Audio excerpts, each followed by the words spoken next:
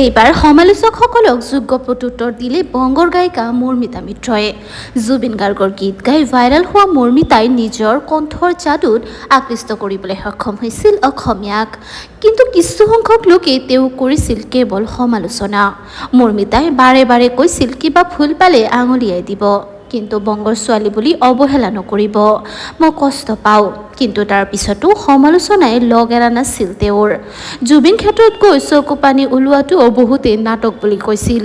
কিন্তু অসমৰ এই দুৰ্দিনত অৰ্থাৎ উজনি অসমৰ বানপানীৰ এই ভয়াৱহ ৰূপৰ ফলত ধ্বংস হোৱা ঘৰ, বাহন, লাগতিয়াল বস্তু হেৰুওৱা ৰাইজৰ কাষত থিয় দিলে মৰ্মিতাই। নিজে গৈ বানপীড়িতক যোগান ধৰিলে প্ৰয়োজনীয় সামগ্ৰী, যিমানখিনি পাৰে সহায় কৰি গ'ল। ৰাইজৰ অৱস্থাৰ বুজ লয়, লোকৰ দুখত দুখিত হয়। তেওঁ যেন প্ৰমাণ কৰিলে তেওঁ অসমীয়া আৰু জুবিন গাৰ্গক সঁচাকৈ কিমানখিনি ভাল পায় আৰু শ্ৰদ্ধা কৰে। পিছে মৰ্মিতা মিত্ৰৰ সিদ্ধান্ত কেনেকুৱা পালে জনাব। ভিডিঅ'টো ভাল পালে লাইক, কমেণ্ট, শ্বেয়াৰ আৰু ছাবস্ক্ৰাইব কৰিব নাপাহৰিব।